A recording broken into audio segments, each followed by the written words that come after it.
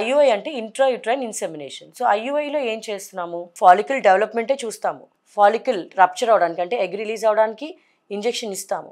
ఇచ్చిన తర్వాత జస్ట్ మన హస్బెండ్ యొక్క స్పర్మ్స్ తీసుకొని సెమెన్ శాంపుల్ తీసుకొని దాన్ని ప్రాసెస్ చేసి ఆ స్పర్మ్స్ యొక్క కదలికలు ఇంక్రీజ్ చేసి ఇక్కడ రిలీజ్ చేస్తాం అనమాట. సన్న ట్యూబ్ ద్వారా ఈ ఎగ్ రిలీజ్ అయ్యే టైంకి ఇక్కడ రిలీజ్ చేస్తాం. సో న్యాచురల్కి ఐయుఐకి డిఫరెన్స్ ఏంటి, పెద్దగా డిఫరెన్స్ ఏమి ఉండదు. న్యాచురల్లో ఏంటంటే రా సెమెన్ శాంపుల్ వెజనాలో రిలీజ్ అయిన శాంపుల్లో నుంచి మంచి స్పర్మ్స్ కదిలి ఇక్కడ వరకు రావాలి. ఐయుఐలో మనం శాంపుల్ని ఫిల్టర్ చేసి ప్రాసెస్ చేస్తున్నాం కాబట్టి కదలికలు ఇంకొంచెం ఫాస్ట్గా ఉంటాయి. వాటిని యూట్రస్ లోపల రిలీజ్ చేస్తున్నాం. సో ఇక్కడి నుంచి స్పర్మ్స్ ఇక్కడ వరకు కదిలి వస్తే సరిపోతుంది.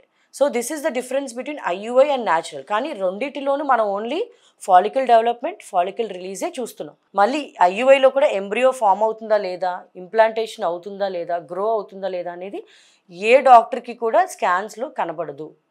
సో ఐయుఐ చేసినప్పుడు ఏంటంటే బేసిక్స్ బాగున్నప్పుడు న్యాచురల్గా రాకపోతే సెకండ్ స్టెప్ ఐయుఐకి వెళ్తాం.